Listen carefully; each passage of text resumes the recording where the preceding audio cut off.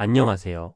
오늘은 제가 직접 들은 이야기와 주변에서 마주한 사례를 바탕으로 은퇴를 준비하거나 이미 은퇴를 하신 분들이라면 누구나 공감하실 만한 이야기를 해보려고 해요. 특히 많은 분들이 나는 그래도 안정적인 회사에서 꽤 오래 일했으니 연금이면 어떻게든 버틸 수 있지 않을까 라고 생각하시잖아요. 저 역시도 그런 분들을 만나면서 늘 같은 말을 듣곤 했어요. 연금만으로도 충분히 살 줄 알았는데 막상 은퇴하고 나니 현실이 너무 다르다. 오늘은 그 중에서도 55세에 은행을 퇴직한 한 분의 에피소드를 중심으로 이야기를 펼쳐볼까 해요. 사실 은행원이라면 대한민국에서 그래도 꽤 안정적이고 보장된 삶을 살 수 있다고들 생각하잖아요. 그런데 그분의 이야기를 들어보니 우리가 쉽게 놓칠 수 있는 현실의 벽이 곳곳에 있더라고요. 우선 그분이 본인 이야기를 들려주시면서 여러 차례 하신 말씀이 내가 이럴 줄은 몰랐다였어요.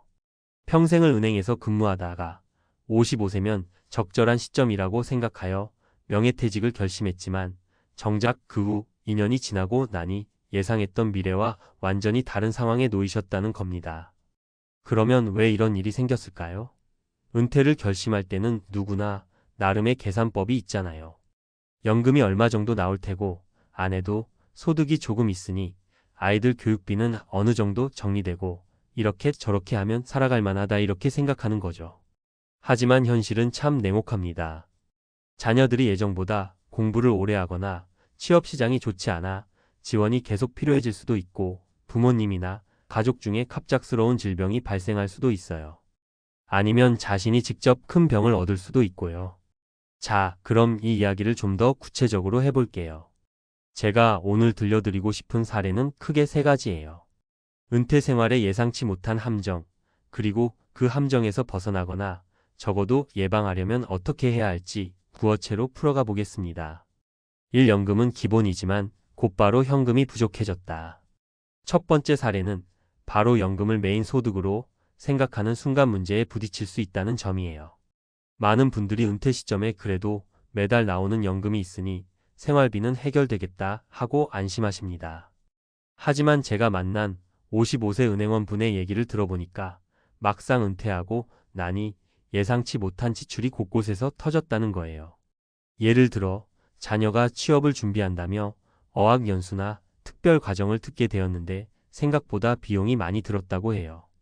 또 건강에는 자신 있었는데 50대 후반부터 슬슬 병원에 다니는 횟수가 늘어나면서 의료비가 커졌다는 겁니다. 연금이 매달 일정 금액을 꼬박꼬박 준다고 해도 갑작스러운 큰 지출을 감당하기엔 턱없이 부족하더라는 거죠. 그래서 결국 어떻게 됐냐면 모아둔 예금과 퇴직금을 조금씩 깨서 생활비를 메우기 시작했고 그러다 보니 이대로 가다간 금방 바닥이 나겠구나 하는 위기감이 몰려왔다고 해요.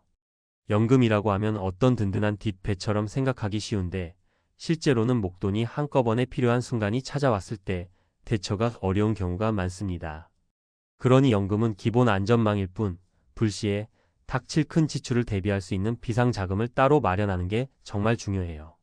적은 액수라도 매달 비상금 통장을 따로 운영하거나 일정 금액을 유동화하기 쉽도록 투자 수단을 분산해 두는 게 좋죠?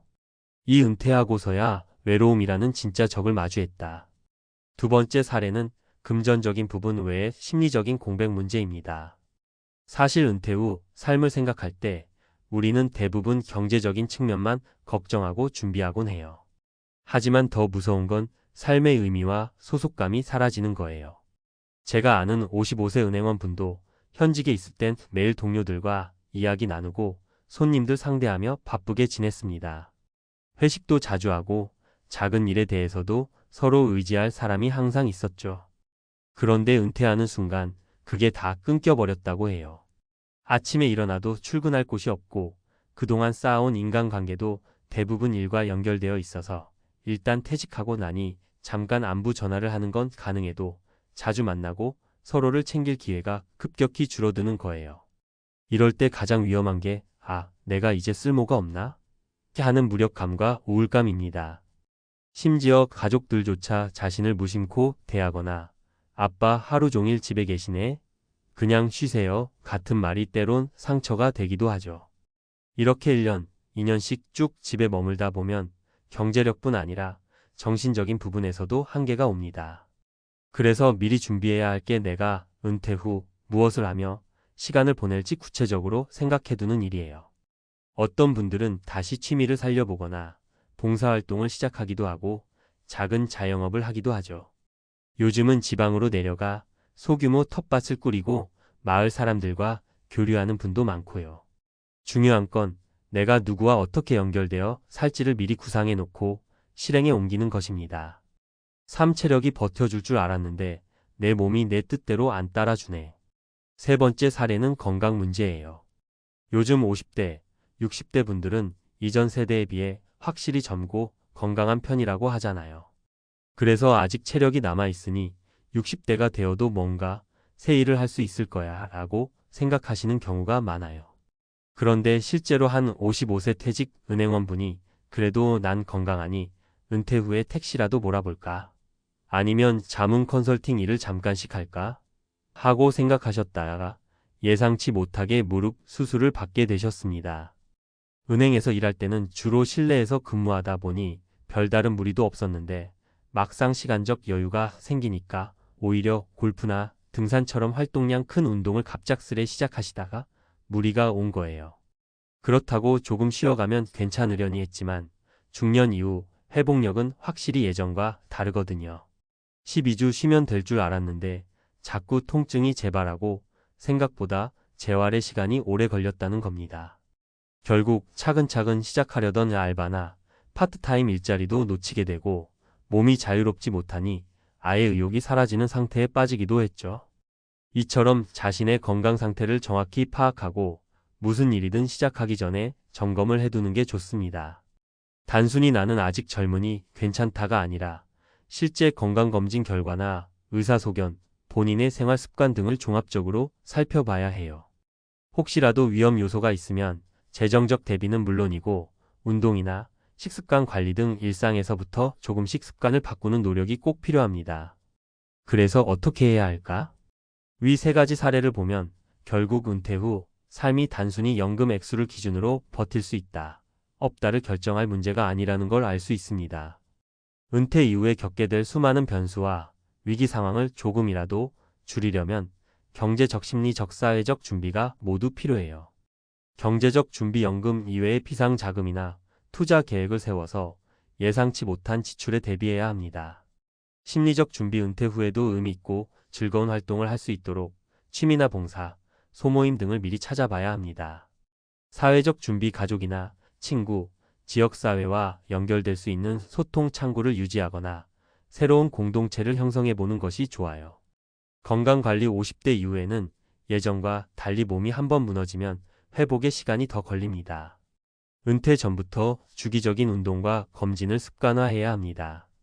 하나 더 말씀드리고 싶은 건 은퇴를 너무 완전한 끝이라고 단정 짓지 말자는 거예요. 55세 정도라면 아직 사회적으로도 활발히 활동할 수 있는 나이거든요. 근무 형태나 강도가 달라질 뿐이지 다른 직종에서나마 새로운 커리어를 시작해 볼 수도 있고 자신이 좋아하는 일을 비즈니스화할 수도 있습니다. 요즘은 주 23회 정도 일하는 알바나 단기 계약직, 파트타임도 많이 생겼잖아요. 그런 쪽으로 유연하게 생각하면 오히려 은퇴 후 삶을 풍요롭게 만들 수 있는 선택지가 많아집니다. 가장 중요한 건 은퇴를 휴식이나 종착점으로 여기지 않고 내 인생의 또 다른 단계로 받아들이는 마인드인 것 같아요. 인생은 연속적이고 은퇴도 그 과정 중 하나일 뿐이죠. 그러니 연금이면 충분하겠지? 라는 안일한 기대만 하지 말고 혹시 더 필요한 건 없는지, 어떤 리스크에 대비해야 하는지, 내가 앞으로 해야 할 준비는 무엇인지 한 번씩 점검해 보시면 좋겠습니다.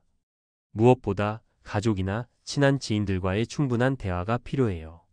은퇴 후에 얼마나 비용이 들지, 부모님 부양 문제나 자녀의 진학 취업 문제에 대해 어떤 계획이 있는지, 그리고 서로가 어떤 역할을 할 것인지 이런 얘기를 미리 솔직하게 나눠야 불필요한 갈등을 줄일 수 있어요.